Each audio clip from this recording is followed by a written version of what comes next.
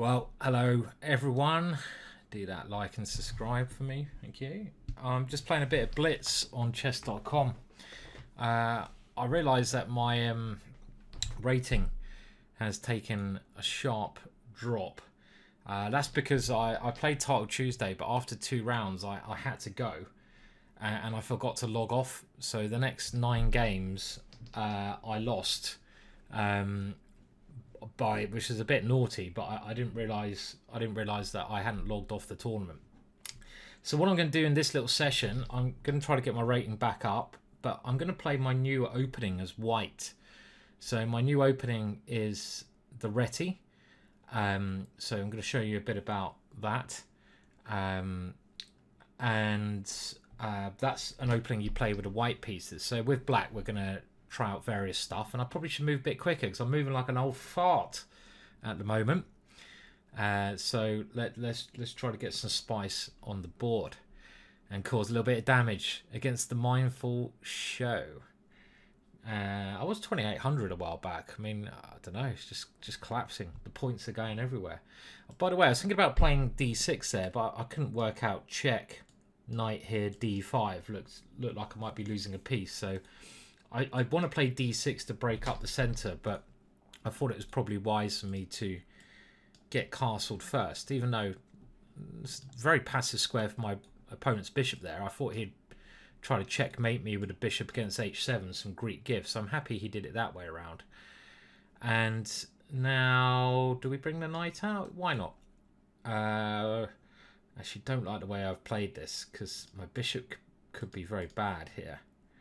Could be trapped. Okay, but we're hopefully get a chance to flick in bishop takes knight. And now he is going for this Greek gift, which is certainly scary. So I'm going to play h6. And okay, I'm glad he's done that one because I thought my bishop could be in trouble.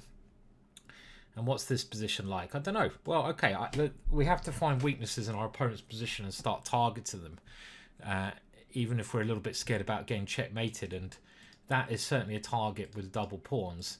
It's on a half open file, so at least that gives me a nice easy plan to play. I'm very scared about him doing something with the bishop coming back and the queen coming over, but with his last move he's trying to bring his queen in, which could also make quite a great deal of sense. So let's play knight here. If he takes, I get rid of that dangerous bishop. I know I cause my pawn some problems, but that bishop scares me so much.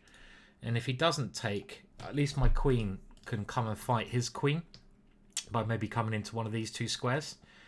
And I can keep doing a little bit of pressure against c4, rook c8. But I'm just mindful that my king was quite exposed there. So if he goes queen g4 now, I'll probably go queen g5. Queen h4 would be a mistake because the bishop takes knight, but I'm happy to get the queens off because I would definitely be better then because of these pawn weaknesses. And given a bit more time, I'll go rook c8, bishop a6, the kind of plan you use in the Nimzo Indian. And maybe also queen g5 immediately. But let's just play this because I don't need to think.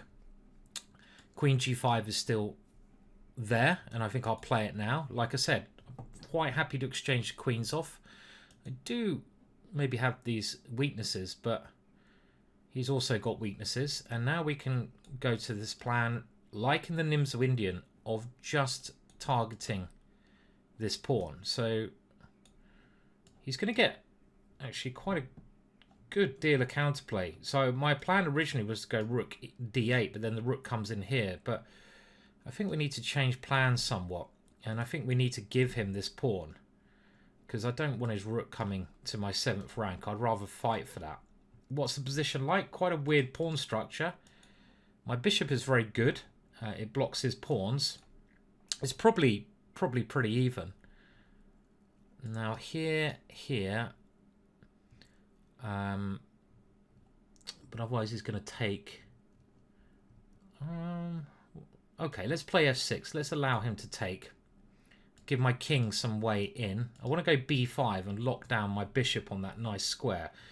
And then I want to try to use these pawns to gain space at the same time. So let's secure my bishop first. And now his bishop can't cause me any trouble.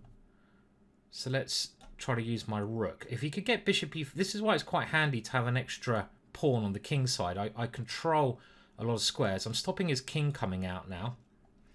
And hopefully my rook can cause some problems. He's offering me a draw here, which seems a little bit cheeky, to be honest, considering he's down on time. And he's also worse here. Worth a punt, I suppose. Oh, that looks really risky, but we'll just keep it sensible and grab another pawn. And let's grab another pawn. Let's grab all the bloody pawns, eh? Now, he might queen that guy. Let's get the king out of the way. He can't move his rook because I will grab his pawn on d7. And I've got bishop h3 next move, and I'm going to win that pawn and win on time. So, okay, so a sensible start to proceedings today. And let's try to get a game with the white pieces. I want to show you this Reti opening. Okay, the Reti. Now, my last Chessable course is one of the first lifetime repertoires that I've done, along with my good friend Richard Palliser. And it's on this setup. Now you play e3. This is stage 1, and this is like the modern Reti. And the good point of this, now we go to stage 2, which involves getting our bishop on this diagonal, our knight out. And this is a really rich and exciting opening to play. And one of the really exciting things about it, I'm just doing stage 2 now. There we go, stage 2 done. And now we go into stage 3. And here I want to give myself the opportunity of castling queenside. But one of the really exciting things about this is this blooming move. Boom! Hello! Put on your pipe and smoke it.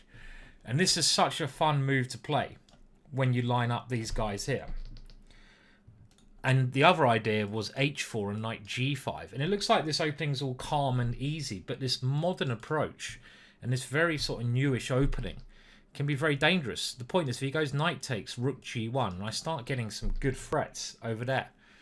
And if he comes back, well, we've made quite a lot of progress. We're going to castle queenside anyway. And this opening, which a lot of people consider very boring, hopefully, as you can see, can get very exciting very quickly. So it's a really interesting opening, which I can assure you a lot of players on the black side won't be prepared for.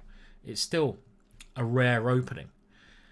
And here I'm even tempted to just go for the other idea that I mentioned before of checkmating on h7. So you've got all these very intriguing attacking plans.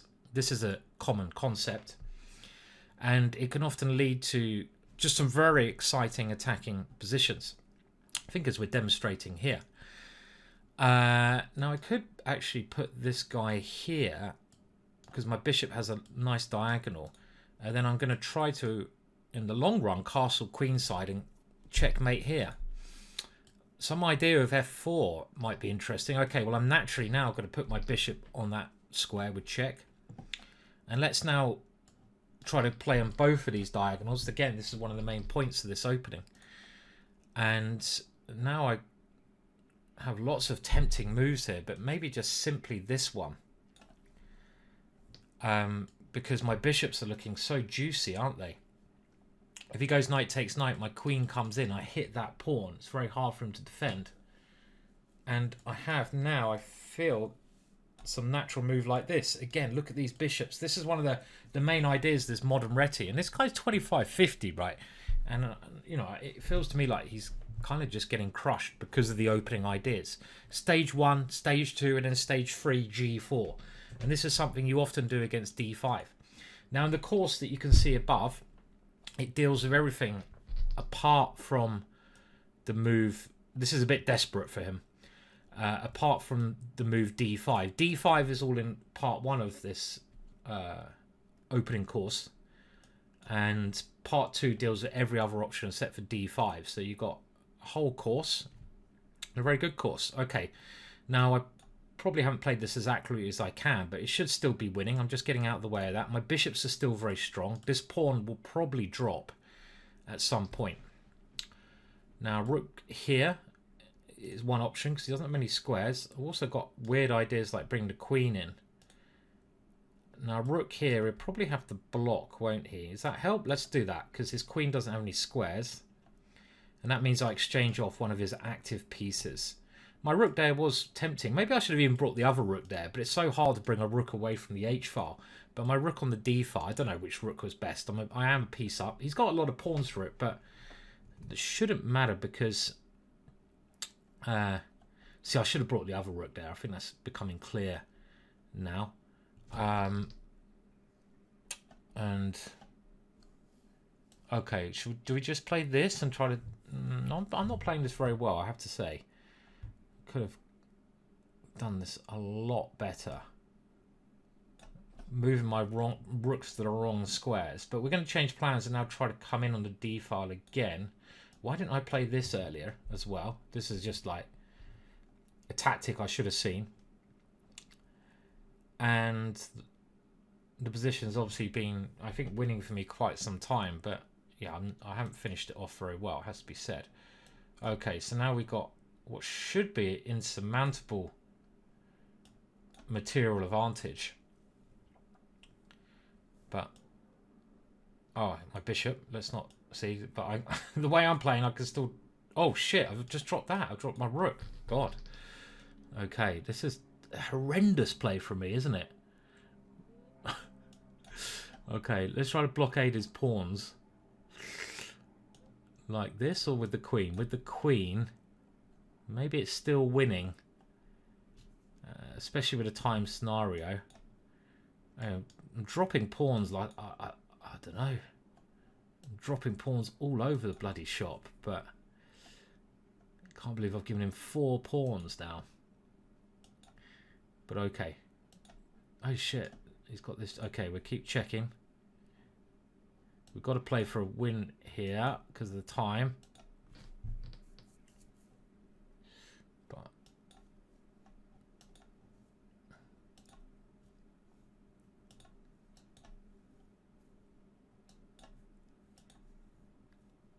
good position, isn't it?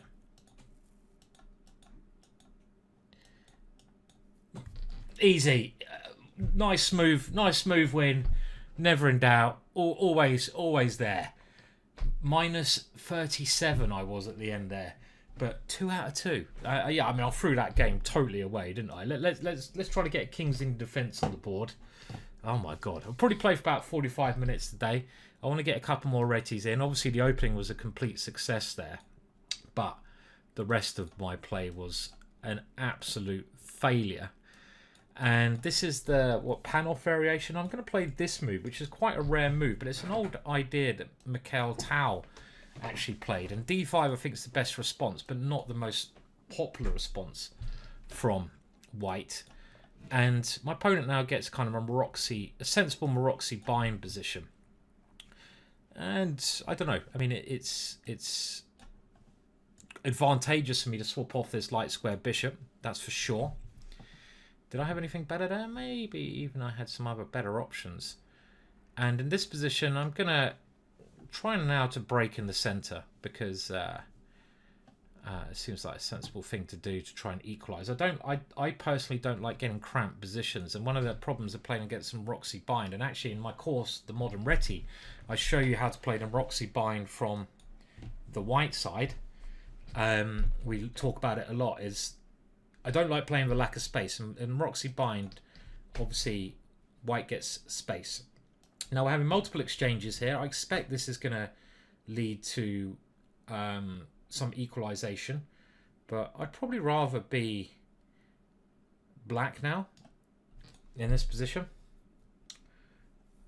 Now here, I'm struggling to calculate today. Here, my pawn is... I'm not losing a pawn. Let's get my queen out the pin. Obviously, it's Blitz, so there might be better moves that I'm missing. Well, obviously. And my knight seems quite nice there. Okay, so my pawn structure is worse, but I do have this decent knight. How is this? Do we just double up for now? Let's double up. I think I prefer to be white here, though, saying all that, especially with his knight now maybe coming into, yeah, this square. This is... I haven't played this well. I have not played, and then I drop the pawn here. So this is, yeah, this is a little bit tricky, isn't it? put my queen and my pieces on some rather silly squares here.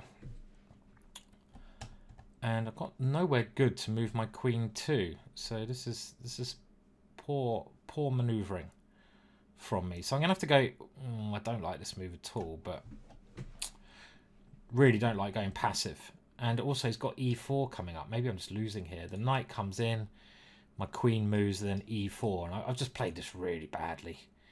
So if the knight if the knight comes in, I've got to defend my rook here. I was planning to swap off queens because otherwise e4 and I'm in a horrible pin. And at least this way I'm not losing material. So we've got to try to defend the best we can. But positionally we're clearly a lot worse because he's taken over the board. He's playing well here. And he's taken over this open file. And there's nowhere really safe for me to put my king. Let's try to give it a little bit more space, and maybe I can try to come in on the light squares, but of course he can swap the queens off. I'm just very passive defending here, but as it's Blitz, you never know. You may get a chance. I will play this idea next, so my opponent's coming in, and I'll just get my king hopefully to a safer square. Let's get it off the pin. And at some point he's got to make a decision, right? This is a good idea again. He's putting pressure on my rook there. So I'm going to give my rook a bit more room and get him quite squeezed here. Now my queen can move without dropping this one. But not liking it. And let's try to exchange queens even though the ending is... do we take with the pawn? Try and get a bit of a bind. No. Okay. Desperate to get action. So I'm going to come in. And now this one. Boom! Put out of your pipe and smoke it, son! Is a cheeky little tactic where we actually can win a pawn, but it's not all over. There's only a pawn, and everything is defended now. I feel. Hello. I think that really threw him, and he's just given me another rook. The power of defense, ain't it sexy? Sexy defense. And yeah, well, he can resign here, or he can time out if he wants to be an arsehole. His decision. Timing out. Don't you just hate it, people who time out? Look, you've blundered. We all blunder at times. Just resign. Just resign. Don't time out. Don't get the wankety wank award. Blankety blank. Wankety wank. Is he going to get the wankety wank award? I think he is. You are getting wanker #1 award. It's coming your way in 9 seconds. Congratulations, Aneta. You are the wanker of the day. Woohoo! Well done. Well done for winning that illustrious award. Okay, I played David Hayden a lot of times. And he's a very strong Blitz player from England. Only an FM, but very strong FM. And now this is actually in the course above. So here... I'm not recommending you go e3 because you might want to save some potential to play the move e4. And we're keeping a very symmetrical position here. And now I'm going to play e3. And in this position, this is all covered. We go bishop b5. With ideas of annoying our opponent with these two moves. Now, we also have d4 options. And we're going to play d4 now. Why not?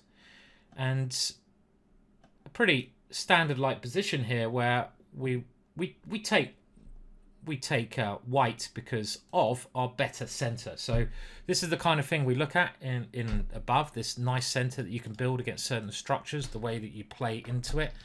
And I think I'm going to go for a direct attack against David with e5 here. I mean, there were other tempting moves, and my long-term plan is, as I've said before, this idea of attacking h7 can be very dangerous.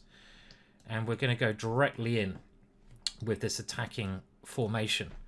This kind of concept can be... what's that? Your connection was closed. Chess.com fucking with me. There. Wouldn't be the first time. Thank you. Reconnecting. Look. Come on, mate. I'm not logged in anywhere else, am I? And this seems like a very dangerous attacking position to have. h5 and a major sack on g6. My opponent, obviously a good player, playing well. he probably wants to take my knight. This is very good defense, actually. Now, do I play here? I think I do. Do we? Okay, let's.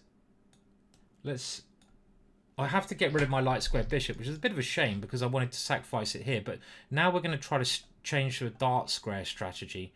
And we're going to try to use the dart squares. And it's all about, we obviously don't exchange queens here because I'm positionally a little bit worse with his weak pawn. It's all about trying to use those dart squares. And I feel this one is key. Now, he could try to exchange queens like this. And David's a very resourceful player, so he's finding the right moves. And again, I feel like maybe I've missed some opportunities in this game.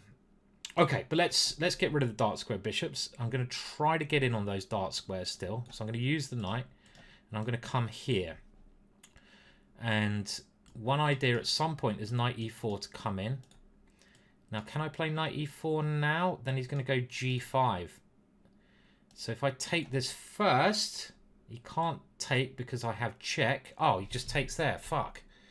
Oh, man. That was ridiculous. And, yeah, I just totally missed that one. And we're obviously a piece down here. Let's have a little look at this game afterwards. It seemed like I built up a very nice attacking position, but as I am so often doing, not finishing it in a particularly great way. And I say we're going to look at this. I mean, I'm very close to resigning now. We'll play a little bit more, but I don't think there's much I can do here. His pieces are all coming in, and we'll resign that one. Let's just have a look. Let's have a little look on the computer. I'm going to blame it on chess.com for putting that fucking "you have been disconnected" shit on. It's nice to blame it on someone, even though it's clearly not that. Well, I think it was quite a good game, and it looks around here. Maybe at this point, I shouldn't actually. After rook d8, I should give this idea a bit more respect. So maybe h4 seems so natural, but maybe I should be playing like I like queen f4. The computer thinks it's equal, but it always really appreciates defender's capabilities. I think I like queen f4 seems much better, and the point here is I'm going to have a piece coming to g5. It's rare that the move h4 is a mistake, but I like this move a lot. And if we follow with the computer's suggestions, well, let's say we follow what David played. Well, now I have knight g5 immediately. I don't need to have the h4 plan, and this looks really good for me. Yeah, I mean, if he takes here as a computer suggests, look at those dart squares. He's in a whole world of pain here, and he's probably just losing. So queen f4, that was the move to play. h4, not right, because I have to move my queen again, because it's on a bad square. So why not move it straight away and start targeting f7? Okay, I might just leave it there for now. A little 23 minutes of quick blitz. Just wanted to show you a bit of this Reti. I think it's a really interesting opening, and just to remind you, stage 1 is generally c4, knight f3 and e3. If they play the symmetrical variation, as I demonstrate in my Richard courses above, you can play this move, and this gives flexibility of playing e3 or e4. Sometimes after a move like this, we may well go into the Maroczy bind, and this is one thing we look at quite deeply in the course above, which I think is just a little bit better for white.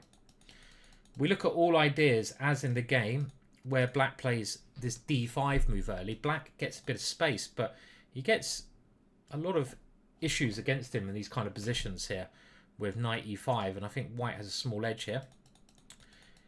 We also look in the course above. We look at what happens if black tries to play the Grunfeld, the Benoni, the Benko, the King's Indian defense.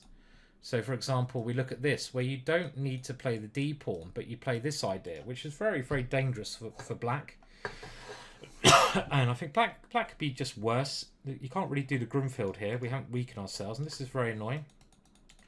We show you a very interesting way, myself and Richard, to play against the King's Indian defense. in this mainline position, rather than playing the very popular bishop e2, we are suggesting this really interesting bishop d3 idea, which is very, very rare, and myself and Richard analyze it very deeply. One of the main concepts being at some point that you can play against f5 in a very energetic way, because the bishop is lined up here, and you can turn a lot of positions into good attacking positions. After the move f5, you have many interesting ideas here. Even this kind of stuff I remember we were looking at, and the bishop coming in, because in the main line Kingsian defense the bishop's here, but with the bishop here you have a lot more energy and energetic concepts. So that's another thing we look at in the course above.